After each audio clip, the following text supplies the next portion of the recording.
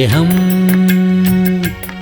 ദിവ്യസ്നേഹം, സ്നേഹം, ദിവ്യസ്നേഹം. 2 കൊരിന്ത്യർക്ക് എഴുതിയതായ ലേഖനം 8-ാമത്തെ അധ്യായം 9-ാം വാക്യം വായിക്കുകയാണ്. ബൈബിളുള്ള ആളുകൾ തുറന്ന് വായിക്കുക, ഇല്ലാത്ത ആളുകൾ ശ്രദ്ധിച്ച് കേൾക്കൂ. വായിക്കുകയാണ്. നമ്മുടെ കർത്താവായ യേശുക്രിസ്തു സമ്പന്നൻ ആയിരുന്നിട്ടും അവൻ്റെ ദാരിദ്ര്യത്താൽ നിങ്ങൾ സമ്പന്നർ ആകേണ്ടതിന് നിങ്ങൾ നിമിത്തം ദരിദ്രനായി തീർന്ന കൃപ നിങ്ങൾ അറിയുന്നുവല്ലോ. നിങ്ങൾ യേശുക്രിസ്തുവിൻ്റെ കൃപ അറിയുന്നല്ലോ. അറിയുക എന്നത് കേൾക്കുന്നത് അല്ല, കാണുന്നതല്ല. അറിയുക എന്ന് പറഞ്ഞാൽ അനുഭവിക്കുന്നതാണ്. നീ എന്നെ കണ്ടിട്ടുണ്ടോ എന്ന് ചോദിച്ചാൽ എപ്പോഴെങ്കിലും എവിടെച്ചെങ്കിലും കണ്ടിട്ടുണ്ടെന്ന് പറയാം. നിങ്ങൾ എന്നെ അറിയുമോ എന്ന് ചോദിക്കുമ്പോൾ എൻ്റെ പേരെന്താണ്, ഞാൻ ഇവിടെ താമസിക്കുന്നു, എൻ്റെ മാതാവാരാണ്, പിതാവാരാണ്, എൻ്റെ അവസ്ഥകളെക്കുറിച്ച് നന്നായി അറിയുന്നതാണ്. ഒരു മാതാവ് തൻ്റെ കുഞ്ഞിനെക്കുറിച്ച് നന്നായിട്ട് അറിയുന്നു. ഒരു കുഞ്ഞ് തൻ്റെ അമ്മയെപ്പറ്റി നല്ലവണ്ണം അറിയുന്നു. നമ്മൾ യഥാർത്ഥത്തിൽ ദൈവത്തിൻ്റെ മക്കളാണെങ്കിൽ യേശുക്രിസ്തുവിൻ്റെ കൃപയെ നാം അറിയണം. അവൻ്റെ മഹത്വത്തെ തിരിച്ചറിയണം. അവൻ്റെ സ്നേഹത്തെ രുചിച്ചറിയണം. അവൻ്റെ കരുണയെ അനുഭവിക്കണം. അവൻ്റെ ദയ നേടിയെടുക്കണം. യേശുക്രിസ്തു ആരാണ്? ആരെങ്കിലും വന്ന് നിന്നോട് പറയുന്നു യേശുക്രിസ്തു ദൈവമല്ല, എന്തിനു നീ അവനിൽ വിശ്വസിക്കുന്നു എന്ന് ചോദിച്ചാൽ എന്താണ് പറയേണ്ടത്? അങ്ങനെയാണോ? അറിയാതെ വിശ്വസിച്ചതാണ്, തെറ്റുപറ്റിപ്പോയി എന്ന് പറയുമോ? അതോ ഇങ്ങനെ പറയുമോ, ഞാൻ വിശ്വസിക്കുന്നവനെ ഞാൻ അറിയുന്നു. യേശുക്രിസ്തുവിൻ്റെ മക്കളാണെങ്കിൽ അവർ ക്രിസ്തുവിൻ്റെ സ്നേഹത്തെ അനുഭവിക്കുന്നവരായിരിക്കണം. ഇന്ന് അനേകം ആളുകളും നാമമാത്ര ക്രിസ്ത്യാനികളാണ്. ചടങ്ങിന് വേണ്ടിയുള്ള ഭക്തി മാത്രമാണ്. അവർക്ക് ക്രിസ്തുവിനെക്കുറിച്ച് അറിയില്ല. യേശുവിനെ ഞാൻ അറിയുവാനിടയായി. യേശുവിൽ ഞാൻ വിശ്വസിച്ചിട്ട് 10 വർഷം കഴിഞ്ഞിരിക്കുന്നെന്ന് പറയുന്നു. വിശുദ്ധനായ പൗലോസിനെ നോക്കിയാൽ ആ ക്രൂശിന്റെ ദർശനം പ്രാപിച്ച്, ക്രൂശിലെ സ്നേഹം അനുഭവിച്ച്, ദൈവത്തിൻ്റെ വചനത്തെ അനുസരിച്ച്, ദൈവത്തിൻ്റെ സുവിശേഷം പ്രസംഗിച്ച്, ആത്മാക്കളെ നേടിയെടുത്തുകൊണ്ട് ആത്മീയമായി വർദ്ധിക്കപ്പെടുമ്പോൾ, എനിക്ക് യേശുവിനെ നന്നായിട്ട് അറിയാമെന്ന് പറഞ്ഞില്ല, ഞാൻ വീണ്ടും വീണ്ടും യേശുവിനെ അറിയുവാൻ വേണ്ടി പിൻപിലുള്ളതിനെ മറന്നുകൊണ്ട് മുൻപിലുള്ളതിനു വേണ്ടി ലാക്കോടെ ഓടുകയാണ്. എനിക്ക് ലാഭമായിരുന്നതൊക്കെയും ഛേദമെന്നെണ്ണിക്കൊണ്ട് ക്രിസ്തുവിനെ നേടിയെടുക്കുവാൻ ഓടുകയാണ് ഞാൻ. എൻ്റെ ജീവിതത്തിൽ ഞാൻ 48 വർഷങ്ങളായിട്ട് യേശുക്രിസ്തുവിനെ അറിയുന്നു. അവനോടൊപ്പം നടക്കുന്നു. അവൻ്റെ വചനങ്ങൾ കേൾക്കുന്നു. അവൻ്റെ സാക്ഷിയായി ജീവിക്കുന്നു. അവൻ്റെ സന്നിധിയിൽ പ്രാർത്ഥിച്ചിട്ട് മറുപടികൾ പ്രാപിക്കുന്നു. 47 വർഷമായിട്ട് പ്രാർത്ഥിക്കുകയും ദൈവത്തിൻ്റെ വചനം ധ്യാനിക്കുകയും ചെയ്യുന്നു. ഇപ്പോഴും ഞാൻ ഒന്നും അറിയില്ല എന്ന രീതിയിലാണ്, ആത്മീയമായി പൂർണ്ണനായിട്ടില്ല എന്ന രീതിയിലാണ് എന്നെ തന്നെ കണക്കിടുന്നത്. ഇനിയും എനിക്ക് ഒരുപാട് അവനെക്കുറിച്ച്, അവൻ്റെ രൂപത്തെക്കുറിച്ച്, അവൻ്റെ മഹത്വത്തെക്കുറിച്ച് വർണ്ണിക്കുവാൻ കഴിയുന്ന വ്യക്തികൾ ആരുമില്ല. അനന്തമായ ദൈവമാകുന്നു അവൻ. സ്വർഗത്തിൽ വസിക്കുന്ന സർവശക്തനായ ദൈവമാകുന്നു അവൻ. ആകാശം തൻ്റെ സിംഹാസനവും ഭൂമി പാദപീഠവുമാക്കിയ ദൈവമാണ്. നിങ്ങൾക്ക് മനസ്സിലാകുന്നുണ്ടോ ഇല്ലയോ? ഈ ആകാശത്തിൻ്റെ ഉയരം അളക്കുവാൻ ആർക്കും അറിയില്ല. എത്ര ദൂരത്തേക്ക് പോയാലും വീണ്ടും വീണ്ടും കാണുന്നു. ആ ആകാശത്തിന് മുകളിൽ മറ്റൊരു ആകാശമുണ്ട്, അതാണ് മധ്യാകാശം. ആ മധ്യാകാശത്തിൽ കർത്താവ് വരുമ്പോഴാണ് നാം എടുക്കപ്പെടുന്നത്. ആ ആകാശത്തിന് മുകളിൽ മറ്റൊരു ആകാശമുണ്ട്, അതാണ് 3-ാമത്തെ ആകാശം. 3-ാമത്തെ സ്വർഗത്തോളം എടുക്കപ്പെട്ടുവെന്ന് പൗലോസ് പറയുവാനിടയായി. അതായിരിക്കും സ്വർഗം എന്ന് പറയുന്നത്. ഈ ആകാശത്തെക്കുറിച്ച് നമുക്ക് പഠിക്കാൻ കഴിയുന്നില്ല. അവിടെ ഇരിക്കുന്നവനായ കർത്താവ് അവൻ്റെ മുഖത്ത് നിന്ന് പാദം വരെ നോക്കുകയാണെങ്കിൽ ആകാശത്ത് നിന്ന് ഭൂമി വരെ എത്ര ഉയരമുണ്ട്, അത്രയും ഉയരത്തിലായിരിക്കുന്നു. ഈ ഭൂമി എൻ്റെ പാദപീഠമാകുന്നു. അത്ര വലിയ വിശ്വസ്വരൂപത്തിലാണവൻ. നമ്മുടെ കണ്ണുകൊണ്ട് അവനെ നോക്കുവാൻ കഴിയില്ല. അവൻ്റെ സ്നേഹം, അവൻ്റെ മഹത്വം, അവൻ്റെ ശ്രേഷ്ഠത നമുക്ക് വർണ്ണിക്കാൻ കഴിയില്ല. അവൻ ദൈവസിംഹാസനത്തിലിരിക്കുന്നു. വിശുദ്ധനായ യോഹന്നാൻ ഒരു തവണ സ്വർഗത്തിലേക്ക് എടുക്കപ്പെടുവാനിടയായി. സിംഹാസനത്തിലിരിക്കുന്ന ഒരുവനെ ഞാൻ കാണുവാനിടയായി. ഒരു വലിയ വെളിച്ചം സിംഹാസനത്തിലിരിക്കുന്നവന്റെ മുഖം കാണുവാൻ കഴിയാതെ വണ്ണം പ്രകാശം കൊണ്ട് നിറഞ്ഞിരിക്കുന്നുവെന്ന് പറഞ്ഞു. അവന്റെ ചുറ്റും പ്രകാശിച്ചു കൊണ്ടിരിക്കുന്നതായ ശോഭ, അവന്റെ ചുറ്റും നിറഞ്ഞു നിൽക്കുന്ന മഹത്വം, അത് വർണ്ണനകൾക്ക് അതീതമാണ്. അവന്റെ ചുറ്റും കൂടിയിരിക്കുന്നത് ദൈവത്തിൻ്റെ മാലാഖമാരും കെരൂബുകളും ദൈവം പരിശുദ്ധൻ പരിശുദ്ധൻ പരിശുദ്ധൻ എന്ന് ഗാനപ്രതിഗാനം പാടിക്കൊണ്ടിരിക്കുമ്പോൾ സിംഹാസനത്തിലിരിക്കുന്ന ദൈവമാകുന്നു അവൻ. നിങ്ങൾ അറിയുന്നുണ്ടോ? നിങ്ങൾ വിശ്വസിക്കുന്ന ദൈവം ആരാണെന്ന് നിങ്ങൾ അറിയുന്നുണ്ടോ? യേശുക്രിസ്തുവിനെ കുറിച്ച് അത്ര നിസ്സാരമായാണോ സംസാരിക്കുന്നത്? യേശുക്രിസ്തുവിനെ കുറിച്ച് നിനക്ക് ഇഷ്ടമുള്ളതുപോലെയാണോ സംസാരിക്കുന്നത്? അവൻ ആരാണെന്നും എവിടെ നിന്ന് വന്നുവെന്നും നീ അറിയുന്നുണ്ടോ? യഹോവ നല്ലവനെന്ന് രുചിച്ചറിയുവിനെന്ന് പറയുന്നു. അവനിൽ വിശ്വസിക്കുന്നവൻ, അവനിൽ ആശ്രയം വെച്ചിരിക്കുന്ന വ്യക്തി അവന്റെ കൃപയെ തിരിച്ചറിയും. ഒരു നിമിഷം ആലോചിക്കുക. അത്ര വലിയവനായ ദൈവത്തിൻ്റെ മുൻപിൽ ഞാൻ ആരാണ്? നീ ആരാണ്? നമ്മുടെ സ്ഥിതിഗതികൾ എന്താണ്? നമ്മുടെ സാഹചര്യം എന്തായിരിക്കും? നാം എങ്ങനെയുള്ളവരായിരുന്നു? നമ്മുടെ സ്ഥിതി എന്തായിരുന്നു? നാം എങ്ങനെയാണ് ഈ ലോകത്തിലേക്ക് വന്നത് എന്ന് ആലോചിക്കുന്നവർ എത്ര പേരുണ്ട്? നിങ്ങൾ അങ്ങനെ ചിന്തിച്ചിട്ടുണ്ടോ ഇതുവരെ? നിങ്ങൾ എന്തിനു ജനിച്ചു? ദൈവത്തിന് എല്ലാ വ്യക്തികളെക്കുറിച്ചും ഓരോ പദ്ധതികളുണ്ട്. നാം വെറുതെ ജനിച്ചവരല്ല. മൃഗങ്ങൾ ജനിക്കുന്നത് പോലെയല്ല നാം ജനിച്ചത്. തൻ്റെ സ്വരൂപത്തിലും സാദൃശ്യത്തിലുമാണ് നമ്മെ നിർമ്മിച്ചിരിക്കുന്നത്. നാം ഈ ലോകത്തിൽ അവനെപ്പോലെ ആയിരിക്കേണ്ടതിനാണ് സൃഷ്ടിച്ചത്. അവനോടുകൂടെ കൂട്ടായ്മ ആചരിക്കാനാണ് സൃഷ്ടിച്ചത്. മക്കളുണ്ടായില്ലെങ്കിൽ എന്തുകൊണ്ടാണ് നിനക്ക് ഇത്രയും മാത്രം സങ്കടം? ഇപ്പോൾ മക്കളില്ല എങ്കിൽ എന്താണ്? മക്കളില്ല എങ്കിൽ പിന്നെ എങ്ങനെയാണ്? എന്താണ്? അതെന്താണ്? മക്കൾ വീട്ടിലില്ല എങ്കിൽ ആ വീട് ഉറങ്ങിപ്പോകുമല്ലോ. വീട്ടിൽ സന്തോഷമുണ്ടാകില്ലല്ലോ. ഒരൊച്ചയും ബഹളവും ഉണ്ടാകില്ല. എപ്പോൾ നോക്കിയാലും അങ്ങയുടെ മുഖം ഞാനും എൻ്റെ മുഖം അങ്ങേരും നോക്കിക്കൊണ്ടേയിരിക്കണം. വരുന്നവരെല്ലാം ചോദിക്കും, മക്കളില്ലേ? ഇല്ലേ ഇല്ലേ എന്ന് ഞങ്ങളോട് ചോദിക്കുമ്പോൾ ഞങ്ങൾക്ക് വീണ്ടും സങ്കടം കൂടുന്നു. എന്താണ്? കുഞ്ഞുങ്ങളെ എന്തിനു ജനിപ്പിക്കണം? കുഞ്ഞുങ്ങൾ ജനിക്കുമ്പോൾ കഷ്ടതയുണ്ടാകുമോ ഇല്ലയോ എന്ന് അറിയില്ലേ? പ്രസവ വേദന ഒരുപാട് അനുഭവിക്കേണ്ടതായി വരും. 9 മാസം ആ കുഞ്ഞിനെ ചുമക്കണം. കുഞ്ഞ് ജനിച്ചു കഴിഞ്ഞാലോ കുഞ്ഞിനാവശ്യമായ മരുന്നുകളും എല്ലാം തന്നെ കൊടുക്കണം. പഴയ കാലത്തൊക്കെ ആണെങ്കിൽ ജനിക്കുന്നത് വീട്ടിൽ വെച്ചായിരുന്നു. എന്നാൽ ഇപ്പോൾ ജനിക്കുന്നതും ഹോസ്പിറ്റലിൽ വെച്ചാണ്, മരിക്കുന്നതും ഹോസ്പിറ്റലിൽ വെച്ചാണ്. ജനിക്കുന്നത് എവിടെയാണ്? വീട്ടിൽ ജനിക്കുന്നില്ല ഇപ്പോൾ ആരും. പഴയ കാലത്താണെങ്കിൽ വീട്ടിലായിരുന്നു ജനിക്കുന്നത്. എന്താണ്? എൻ്റെ 3 മക്കളും വീട്ടിൽ തന്നെയാണ് ജനിച്ചത്. 3 പേരെയും ഭാര്യാമാതാവാണ് നോക്കിയത്, വളർത്തിയത്. അവരുടെ മരുന്നും സിസേറിയനും എല്ലാം, പിന്നെ ലക്ഷങ്ങൾ വിലയുള്ളതായ ചികിത്സയും. പിന്നെ മരിക്കാൻ തുടങ്ങുന്നവരെ അങ്ങനെ പെട്ടെന്ന് മരിക്കാൻ അനുവദിക്കത്തില്ല. അത് ചെയ്ത് ഇത് ചെയ്ത് മരുന്ന് കയറ്റി ഇഞ്ചക്ഷൻ ചെയ്തിട്ട് ഹോസ്പിറ്റലിൽ കിടത്തിയിട്ട് സമ്പാദിച്ചത് മുഴുവൻ തീർക്കാതെ അയാൾ മരിക്കുകയുമില്ല. എന്താണിത്?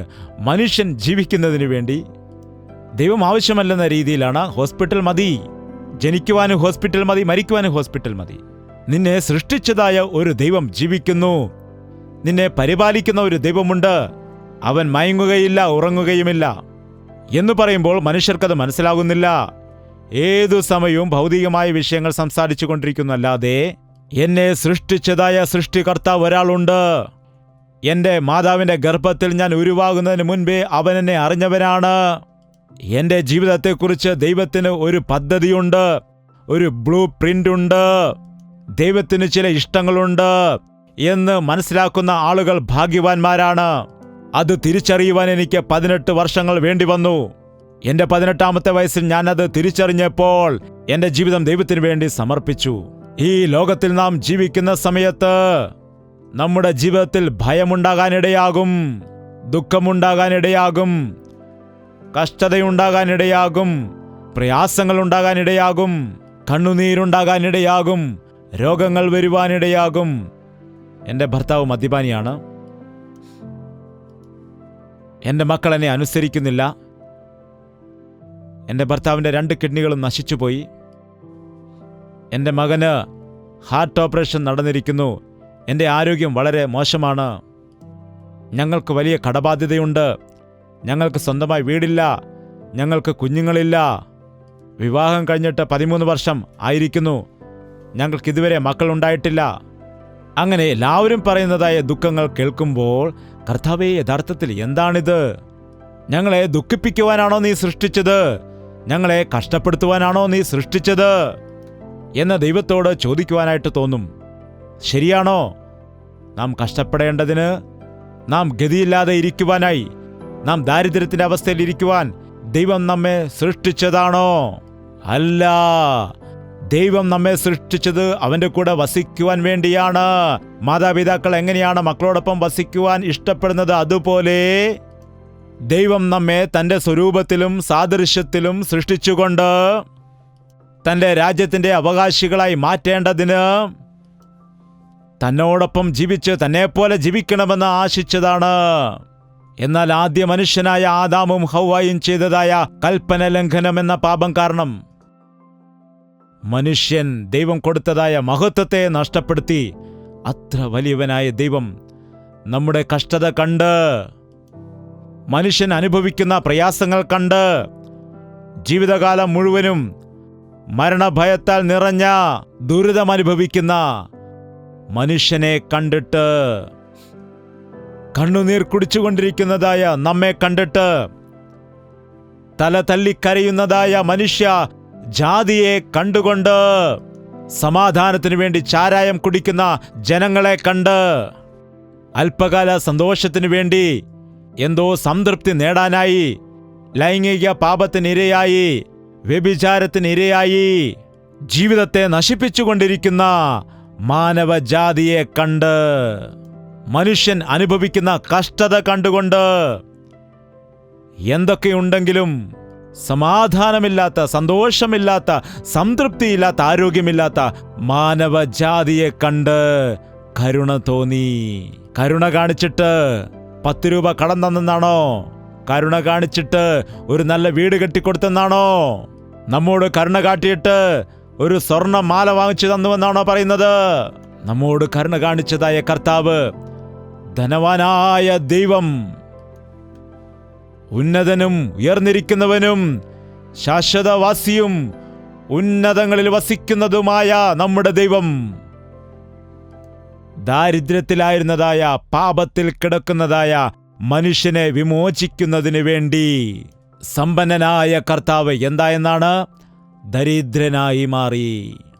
നമ്മുടെ കർത്താവായ യേശുക്രിസ്തു സമ്പന്നനായിരുന്നിട്ടും അവൻ്റെ ദാരിദ്ര്യത്താൽ നിങ്ങൾ സമ്പന്നർ ആകേണ്ടതിന് നിങ്ങൾ നിമിത്തം ദരിദ്രനായി തീർന്ന കൃപ നിങ്ങൾ അറിയുന്നുവല്ലോ.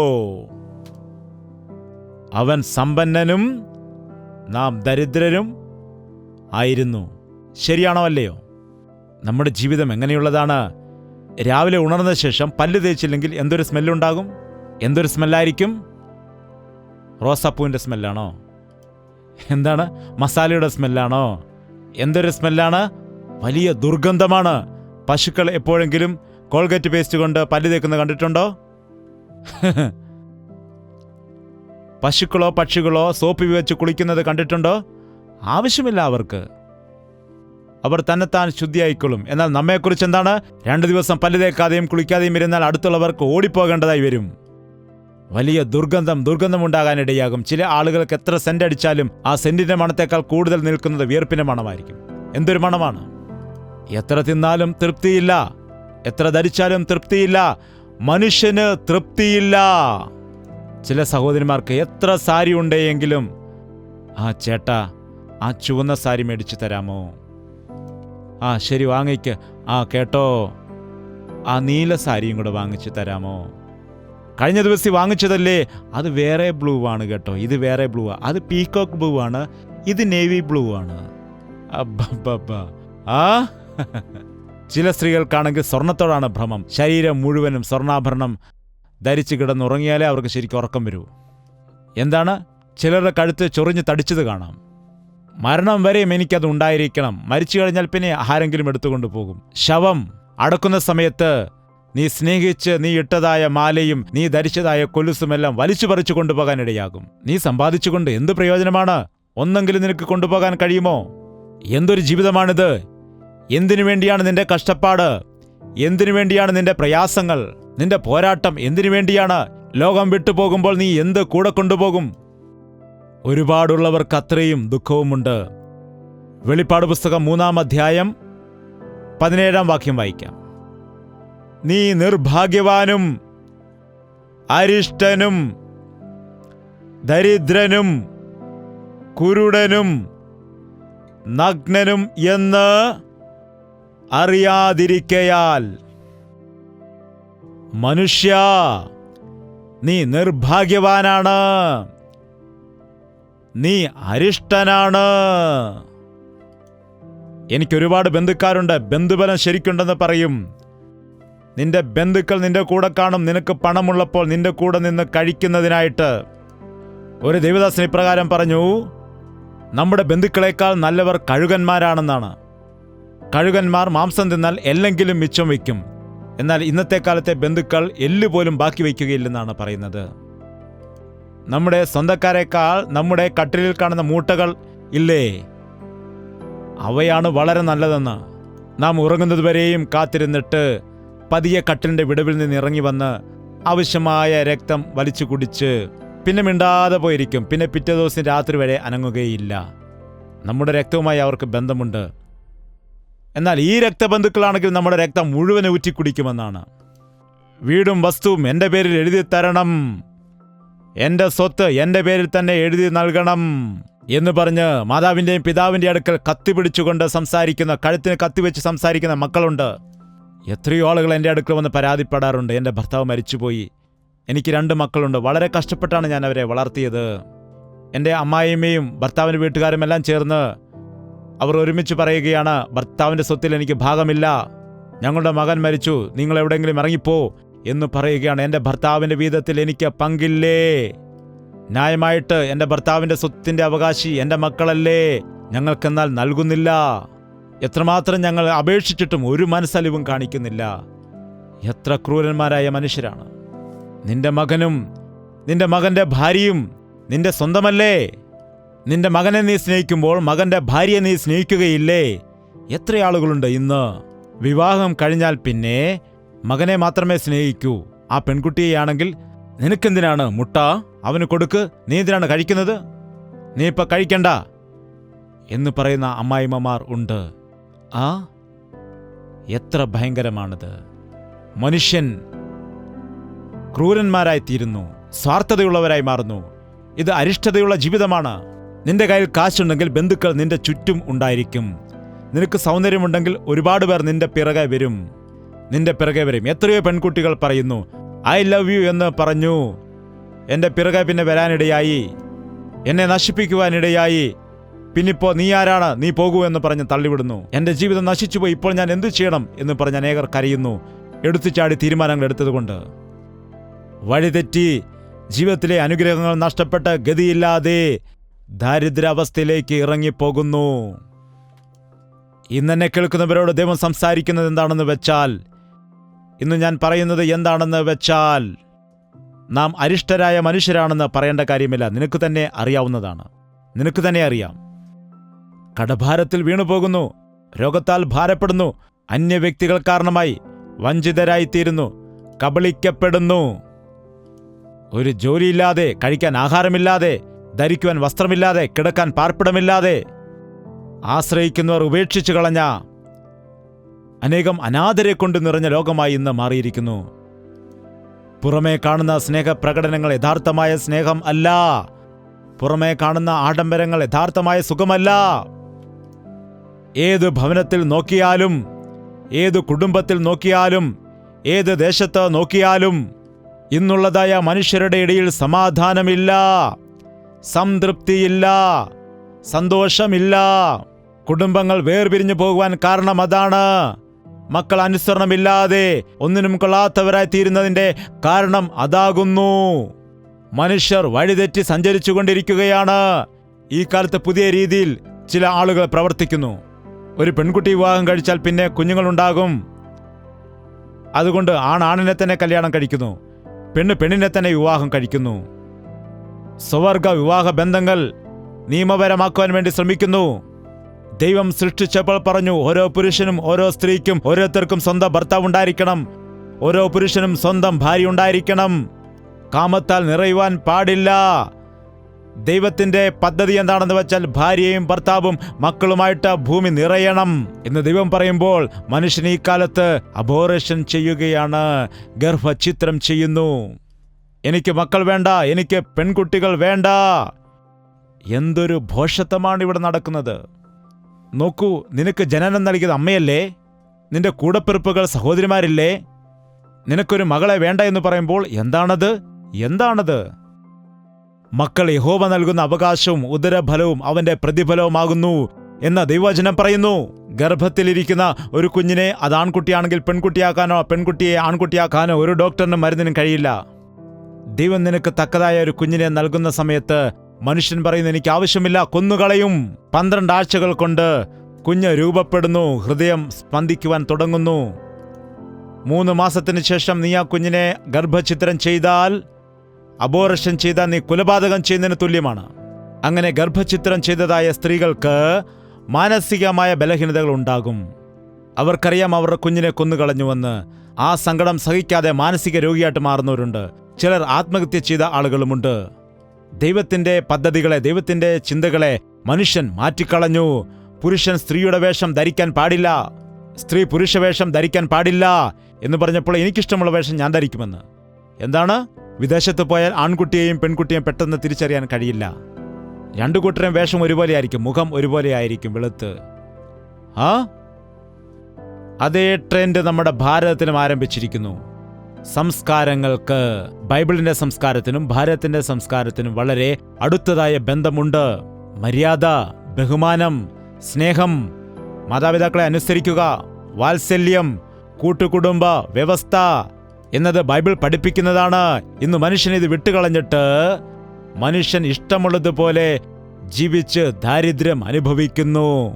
ഒരുപാട് രാജ്യങ്ങളിൽ നോക്കിയാൽ മനുഷ്യന് സമാധാനത്തോടെ ജീവിക്കുവാനുള്ള അവകാശം പോലും നഷ്ടപ്പെട്ടു പോകുന്നു. കഴിക്കുവാൻ ആഹാരമില്ലാതെ ആഫ്രിക്കൻ രാജ്യങ്ങളിൽ ചിലയിടത്ത് അസ്ഥികൂടങ്ങളായ മക്കളെ കാണാൻ കഴിയും. കുഞ്ഞിനൊരു തുള്ളി പാല് പോലും കൊടുക്കാൻ പറ്റാത്ത അവസ്ഥ.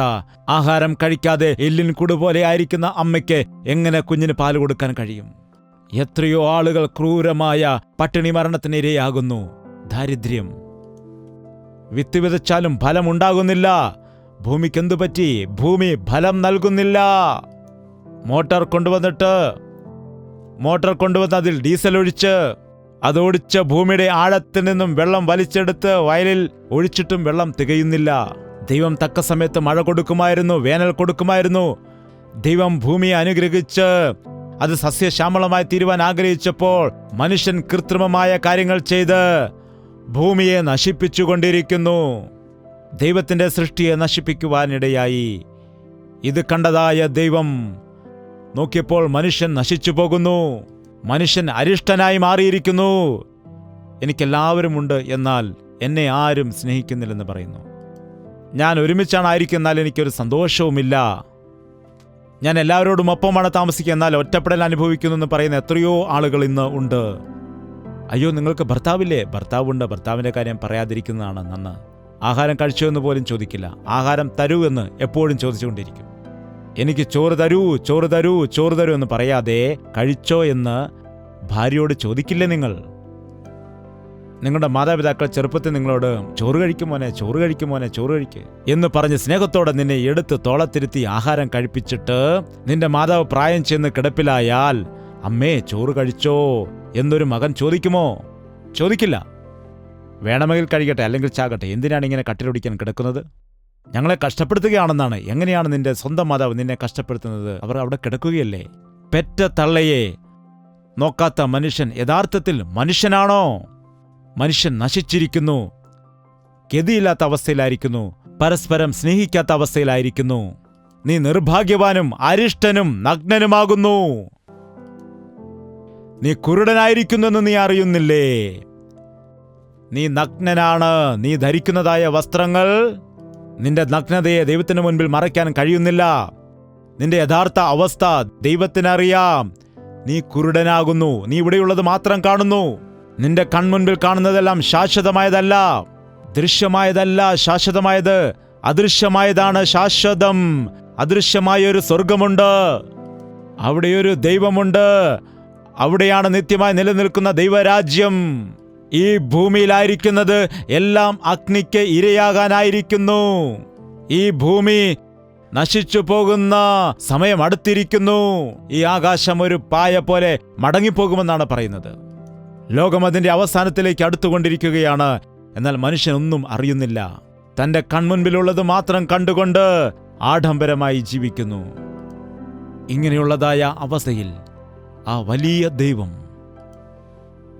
ആ സിംഹാസനത്തിലിരിക്കുന്ന കർത്താവ്, നമ്മുടെ കഷ്ടത കണ്ട് സഹിക്കാതെ, നമ്മുടെ പ്രയാസം കണ്ടുകൊണ്ട്, നമ്മുടെ രോഗം കണ്ട്, നമ്മുടെ ബുദ്ധിമുട്ട് കണ്ട് സഹിക്കാതെ ഈ തകർച്ചയിലായിരിക്കുന്ന മനുഷ്യനെ രക്ഷിച്ചെടുക്കണമെന്ന് വിചാരിച്ച്, ആദിയിൽ വചനമുണ്ടായിരുന്നു, വചനം ദൈവത്തോടു കൂടെയായിരുന്നു, വചനം ദൈവമായിരുന്നു, ആ വചനം ആകുന്നതായ ക്രിസ്തു കൃപയും സത്യവും നിറഞ്ഞവൻ ആയിട്ട് നമ്മുടെ മധ്യയിൽ നിവസിക്കുവാനിടയായി. യേശുക്രിസ്തു ലോകത്തിൽ ജഡശരീരത്തിൽ വസിക്കുവാൻ ഇടയായി.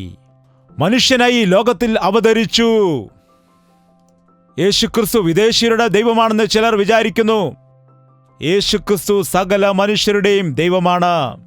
അവൻ 2000-ലധികം വർഷങ്ങൾക്ക് മുമ്പ് ജനിച്ചിരുന്നു എന്നത് കെട്ടുകഥയല്ല. നിന്റെ കലണ്ടർ വിളിച്ചു പറയുന്നു ക്രിസ്തു വർഷം. ക്രിസ്തുവിന് മുൻപ് അവന്റെ ജനനത്തോടു കൂടി ഒരു വർഷം ആരംഭിച്ചു. അവനിൽ കൂടി മനുഷ്യജാതിക്ക് വിടുതൽ ലഭിക്കുന്നതിന്, പാപികളായ മനുഷ്യർക്ക് പാപപരിഹാരം ലഭിക്കുന്നതിന്, ദരിദ്രരായിരിക്കുന്ന മനുഷ്യനെ ധനവാനാക്കി മാറ്റേണ്ടതിന്, രോഗികളായിരുന്ന മനുഷ്യരെ സൗഖ്യപ്പെടുത്തേണ്ടതിന്, ശാപഗ്രസ്തരായ നമുക്ക് ആശ്വാസം നൽകുവാൻ, നിത്യ നരകത്തിന് വിധിക്കപ്പെട്ട നമുക്ക് നിത്യജീവൻ നൽകുന്നതിന്, സ്വർഗത്തിലേക്ക് നമ്മെ ചേർക്കുന്നതിനായിട്ട് കർത്താവായ യേശുക്രിസ്തു ഈ ലോകത്തിലേക്ക് വരുവാനിടയായി. ഹല്ലേലൂയ. പ്രാർത്ഥന.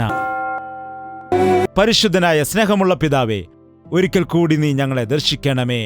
നിന്റെ സന്നിധിയിൽ നിൽക്കുന്നതായ നിന്റെ മക്കളെ ഓരോരുത്തരെ നീ ദർശിക്കുമാറാകണമേ. ഓരോരുത്തരുടെയും ഹൃദയങ്ങളിൽ ഏതെല്ലാം ഭാരങ്ങളുണ്ട്, ഏതെല്ലാം ദുഃഖങ്ങളുണ്ട്, ഏതു ഞെരുക്കമാണുള്ളത്, ഏതു ഭാരമാണുള്ളത്, ഏത് വ്യസനമാണുള്ളത്, അവരുടെ സ്ഥിതിഗതികളെ വ്യക്തമായി മനസ്സിലാക്കുന്ന ദൈവമായതുകൊണ്ട് നിന്റെ ആണിപ്പഴുതുള്ള കരങ്ങളെ നീട്ടിക്കൊണ്ട് എല്ലാ വ്യക്തികളെയും ആശ്വസിപ്പിക്കണമേ. നീ വിടുവിച്ചാൽ ഞങ്ങൾക്ക് വിടുതൽ ലഭിക്കും. നിന്റെ തണലിന് കീഴിൽ വന്നാൽ ഞങ്ങൾക്ക് ആശ്വാസം ലഭിക്കും. നിന്റെ നാമത്തിലാണ് ഞങ്ങൾക്ക് രക്ഷയുള്ളത്. നിന്റെ നാമത്തിൽ ഞങ്ങൾക്ക് പാപത്തിന്റെ ക്ഷമയുണ്ടെന്ന് വിശ്വസിക്കുന്നു കർത്താവേ. ദൈവമേ, നിന്റെ പരിശുദ്ധാത്മാവിന്റെ ശക്തിയാൽ എല്ലാവരെയും നിറയ്ക്കണമേ. ലൈവിൽ കൂടി ഈ കാര്യപരിപാടി കാണുന്ന ആളുകളെ അവരായിരിക്കുന്ന ഇടത്തു തന്നെ അവരുടെ ജീവിതത്തിൽ പരിശുദ്ധാത്മാവ് സ്പർശിക്കുമാറാകണമേ. ഈ പഴയ ജീവിതം എനിക്ക് വേണ്ട. ഈ കഷ്ടത നിറഞ്ഞ ജീവിതം എനിക്ക് വേണ്ട. സാത്താനുമായിട്ടുള്ള സ്നേഹബന്ധം എനിക്ക് വേണ്ട. ഈ ദാരിദ്ര്യം നിറഞ്ഞതായ ജീവിതം എനിക്ക് വേണ്ട. എന്നെ സ്നേഹിക്കുന്ന യേശുക്രിസ്തു ഉണ്ട്, എന്നെ ബലപ്പെടുത്തുന്ന യേശുക്രിസ്തു ഉണ്ട്. ഈ അരിഷ്ടത നിറഞ്ഞ ജീവിതം എന്തിന് എന്ന മനസ്സിൽ തീരുമാനിക്കുവാൻ ഞങ്ങളെ എല്ലാവരെയും നീ സഹായിക്കുമാറാകണമേ. ഞങ്ങളുടെ ഹൃദയത്തിലെ മലിനതയെല്ലാം മാറ്റിക്കൊണ്ട് ശുദ്ധമായ ഹൃദയം ഞങ്ങൾക്ക് നീ നൽകണമേ. നിന്റെ വരവിന് വേണ്ടി ഞങ്ങളെ എല്ലാവരെയും ഒരുക്കണമെന്ന് യേശുക്രിസ്തുവിന്റെ നാമത്തിൽ അപേക്ഷിക്കുന്നു പിതാവേ. ആമേൻ, ആമേൻ, ആമേൻ. യേശുവേ, യേശുവേ, യേശുവേ, യേശുവേ, യേശുവേ, യേശുവേ, യേശുവേ, യേശുവേ. നിന്നെ നിന്നെ എന്നും ഞാൻ സേവിക്കും. നീ മാത്രം രാജാവെന്നും നിന്നെ നിന്നെ എന്നും ഞാൻ സേവിക്കും. നീ മാത്രം രാജാവെന്നു. യേശുവേ യേശുവേ യേശുവേ യേശുവേ യേശുവേ യേശുവേ യേശുവേ യേശുവേ യേശുവേ യേശുവേ യേശുവേ